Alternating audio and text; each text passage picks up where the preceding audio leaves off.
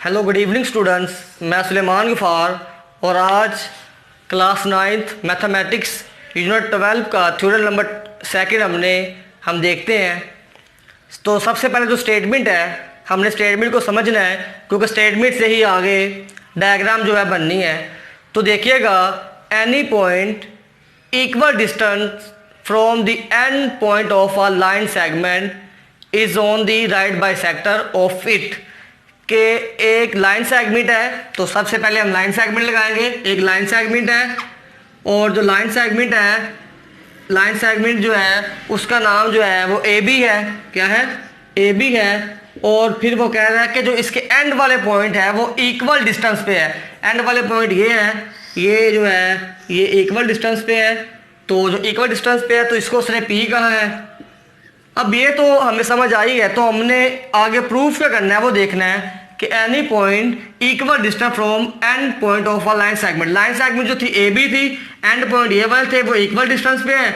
और वो जो ये लाइन सेगमेंट है वो क्या है बेटा? वो बाइसेक्टर है। क्या बाइसेक्टर है? राइट बाइसेक्टर है। ये बाइसेक्ट होगी लाइन सेगमेंट, और जब होगी तो कौन सा एंगल बनेगा? एंगल बनेगा 90 का। 90 का एंगल बनेगा। और इस पॉइंट को जहाँ पर उसने टच किया है, इंटरसेक्ट किया है, इस पॉइंट को उसने कहा है सी। तो किसी भी थ्योरम में तीन चीज़ें होती हैं। सबसे पहले गिवन होता है जो हमें मालूम होता है।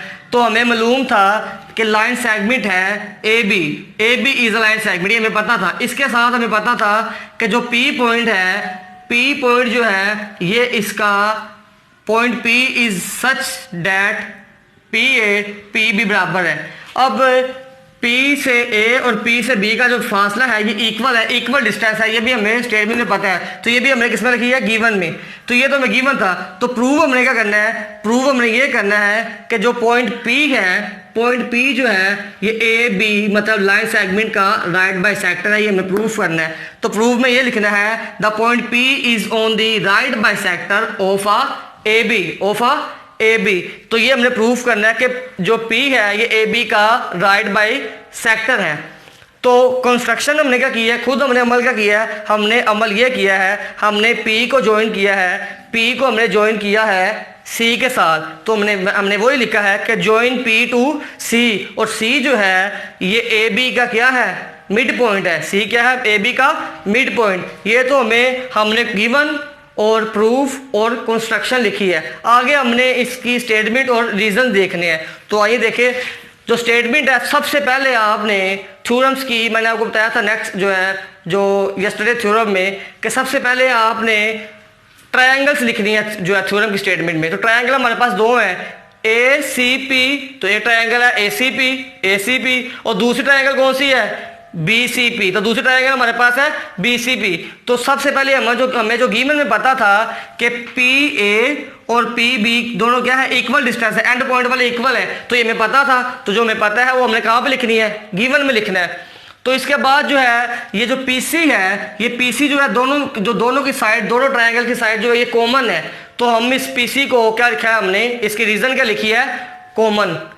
इसके बाद जो है आपने AC और BC, AC और ये BC दोनों इक्वल है। ये इक्वल इसलिए है क्योंकि हमने ये बात की थी कंस्ट्रक्शन में कि C जो है ये mid point of the line segment AB, के जो AB का जो मिड पॉइंट है वो C है, इसलिए AC और BC ये दोनों इक्वल है। हमने कंस्ट्रक्शन में बात की थी। इस तरह जो हमारी ट्रायंगल हुई, वो ट्रायंगल जो है ये हमारी जो कॉन्ग्रुएंट हुई। तो हम कह सकते हैं कि ट्रायंगल ACP और ट्रायंगल BCP, ACP ट्रायंगल और BCP दोनों क्या है? इक्वल है, क्योंकि इनकी तीनों साइड क्या है? इक्वल है। तो हम कहेंगे ट्रायंगल दोनों लिख के जो तीनों साइड्स और उसकी तीनों साइड दोनों क्या है? इक्वल है।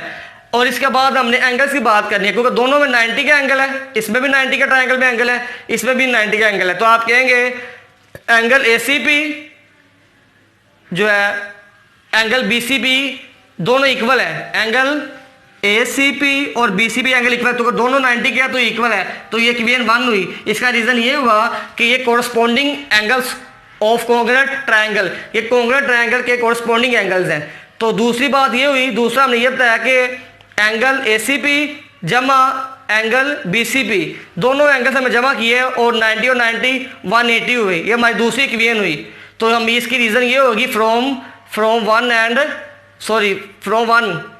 तो इसके साथ क्या होगी, ट्रायंगल जो है ACP इक्वल है ट्रायंगल BCP के, क्योंकि दोनों ही इक्वल इसलिए है क्योंकि दोनों ही 90 के एंगल है। तो इसकी रीज़न होगी फ्रॉम 1 and 2। आगे क्या बात कर रहे हैं बेटा कि लाइन सेगमेंट जो AB है, AB पर PC जो है, AB पर PC जो है ये परपेंडिकुलर है, तो जाहिर बात है वो ऊपर से नीचे गिर रहा है और 90 का भी बन रहा है, तो जाहिर बात वो परपेंडिकुलर हुआ। तो हम लिखेंगे PC परपेंडिकुलर का साइन है उल्टा T, तो PC जो परपेंडिकुलर है किसके ऊपर, AB के ऊपर, AB के ऊपर PC जो है परपेंडिकुलर है। तो ये बात हमने की थी कंस्ट्रक्शन में, अमल में। तो अब जो है साबित हुआ कि the point P is on the right bisector of AB। इससे ये साबित हुआ कि वाकई जो है P जो है वो AB को क्या कर रहा है, बाइसेक्ट कर रहा है, किस पर, पॉइंट C पर। और ये जो बाइसेक्ट है ये हम बाइसेक्ट नहीं कह सकते बल्कि ये राइट बाइसेक्टर है, क्योंकि वो आधा भी कर रहा है, बाइसेक्ट भी कर रहा है, और एंगल कौन सा बन रहा है, 90 का बन रहा है। और जब बाइसेक्ट हो और एंगल 90 का बने तो ये जो है ये राइट बाइसेक्टर होती है, ट्रायंगल क्या होती है, राइट बाइसेक्टर होता है। तो इससे प्रूव आपका इसकी रीज़न क्या हुई, फ्रॉम 3 and 4 इक्वेशन। तो इस तरह जो है थ्योरम जो है साबित हुआ। उम्मीद है आपको समझ आई होगी। खुदा हाफिज़।